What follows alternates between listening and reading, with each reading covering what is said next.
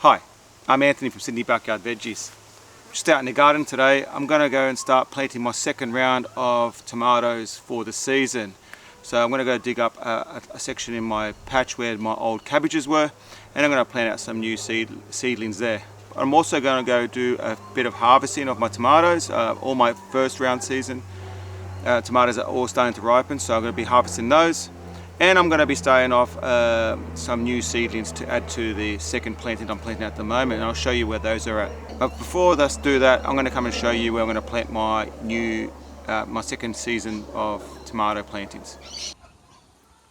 So I'm over here at my old cabbage patch. This is in my west facing side of my garden, over here adjacent to the eggplants. And for my second round of tomatoes, I'm actually going to be planting them across that timber frame edge there.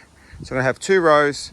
I'm going to put two rows in here straight up, and then potentially put in a row or two of beans in this location here. I've already added compost to this bed, and I've also added some dolomite lime just to sweeten the soil and add that a bit of extra calcium.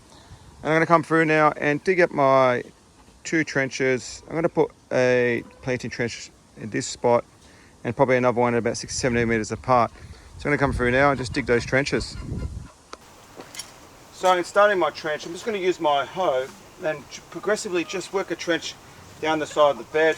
I don't need to go to full length because I'm only planting 3 plants, but what I'm doing is just with my hoe trying to keep it as straight as possible, just removing that soil across, trying to keep it as straight and as level as possible.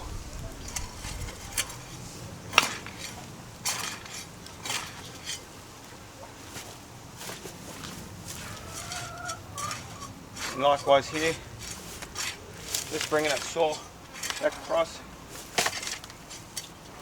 Trying to compress that soil around the perimeter. And as I'm just making sure it's level.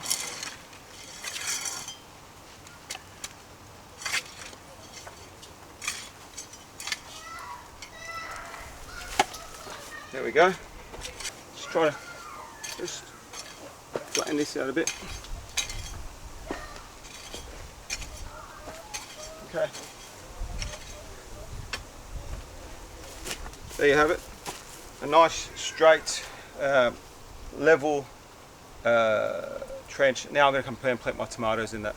So before I plant up my tomatoes, just wanted to show you what I've got. These are slicing variety of tomatoes that my cousin gifted me the seedlings to. Now they've been in this pot for a few weeks and actually getting quite long. I think they might be just a tad too long, but that's fine. I have planted tomatoes this size in the past. I just haven't got the heart to throw them out, and I figured if I've got tomatoes ready to go, I'll go plant them out. What I will do is I'll remove most of the leaves all the way up to probably this point here, if you can see that, and I will separate the plants. They're all in the one pot, and I'll plant them really deeply. Ideally I'd like to have them probably half the size, but look, I mean, I'll take new seedlings and seedlings that look really healthy and use them in any case. Okay, so I've gone and removed one of my seedlings, and I'll try to get as much of a root ball as I can. And as you can see, that's as much root ball as I want, or I'd like to get. Removing a lot of these lower leaves, I'm going to go all the way up to this point here. I might leave these leaves, and then what I'm going to do is actually try to plant the full depth of this. So with my trowel, getting my trowel, I'm trying to dig as deep as possible. And if you can see, when I put that in the ground, that's actually going to cover up a lot of that space. So bringing all the soil back to it, I am doing it as deep as possible. So that's how, you can see that's how deep I want to plant it, and that would be fine. Now it's very hot today, so these need water and shade, but for now I'm going to plant the rest of them, and then once they're planted out, I'll give them a really good water and a little bit of shade. So what I'm doing now is making sure this trench gets really well watered, as much water as I can throw at them. Especially, ideally I should have planted these in late afternoon, but I was running out of time. You want to plant them in the shade of the afternoon so that they don't have time to recover. But what I'll do is make sure they're really well watered, and then make sure I give them a bit of protection, sun protection. So put any water in these.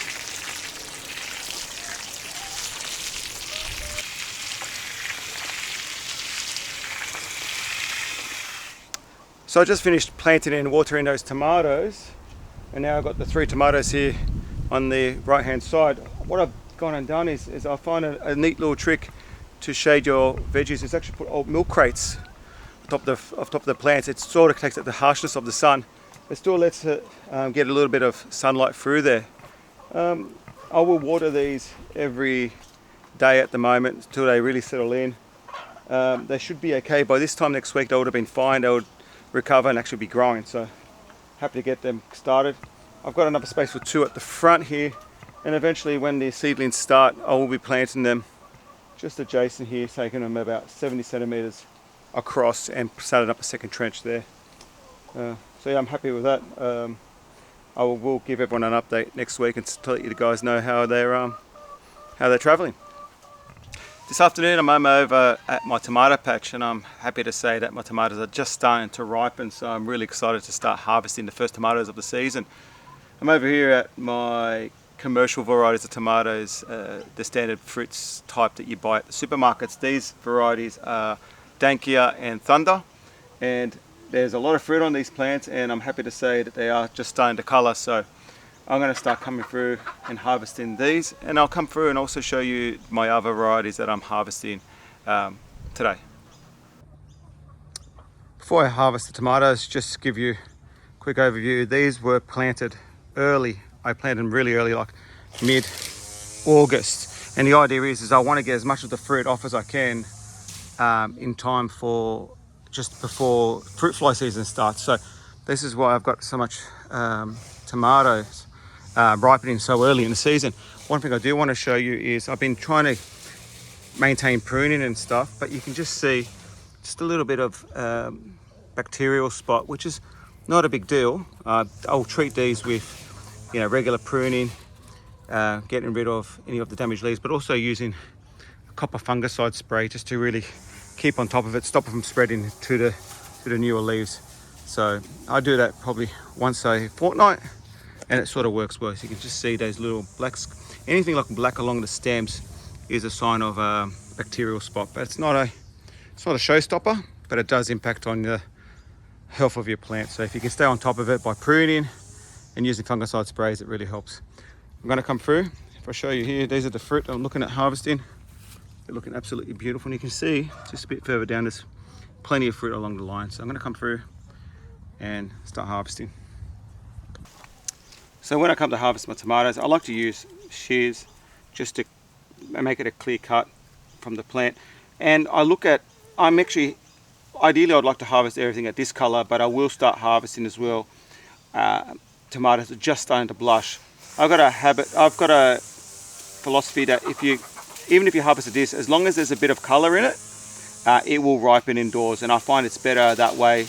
It just gets away from any of the birds, any of the rats may eat your fruit. Harvesting them a bit earlier saves your fruit. So just a nice little cut adjacent to the thing, and those are my harvest. So looking really, really good. I'm going to continue harvesting. I'm probably going to get about 10 or 12 off these plants at the moment, but I'll continue on with it.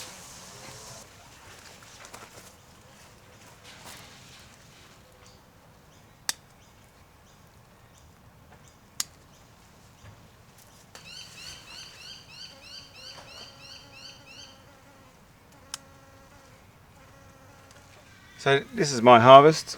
I've got 2, 4, 6, 9 tomatoes today, which is great, and various stages of ripening, but they're perfect. I'll put these indoors in a nice warm spot, and they will colour in no time.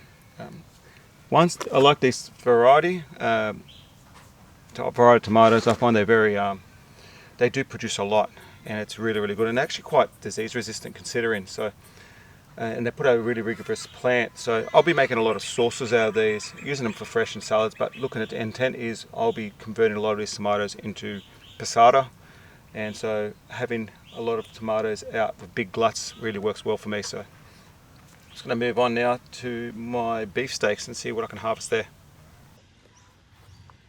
These tomatoes are my beefsteaks. Just as a recap, again, these were planted at the same time as my other tomatoes were, and they put out a really nice piece of fruit. Not as vigorous as the Dankias, but I'm talking 350 gram kind of fruit on average. I have harvested ones up to 500 or 600 grams, but they are starting to ripen, which is great now. I'm going to come through, pick what I can, and these ones I prefer to eat these as a slicing variety, eat them as in salads and cook with them potentially. But yeah, I'm going to come through. There's a few there as well. There's probably another one just in that corner there, if you can just see it there. So I'm going to come through and harvest what I can.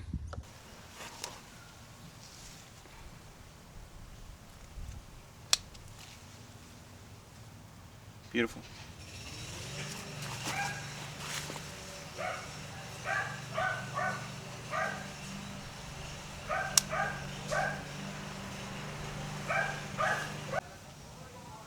So I just finished harvesting those tomatoes, and these are my beefsteaks, so looking beautiful. Again, I'll take them inside to ripen. Got 3 today, but there's still plenty of more just starting to colour. I might leave them for a few more days, but yeah, definitely over the next week I'll be harvesting a good bunch of fruit. So now that I've done here, I'm not going to go over to my cherry tomatoes and harvest some of the fruit there. So finally now I'm over at my cherry tomatoes, and I have been harvesting these for a while now, but the fruit progressively is ripening, so I'm going to come through and grab a few cherries as well. This variety here is called Sugarino, and I've had these planted out probably at the same time as I'd planted out the rest of the tomatoes in that early August, sorry. I need to do a little bit of staking on these tomatoes as well. They're starting to droop around a bit, so I might do that this afternoon. But first things first, I'm going to come through and harvest the tomatoes.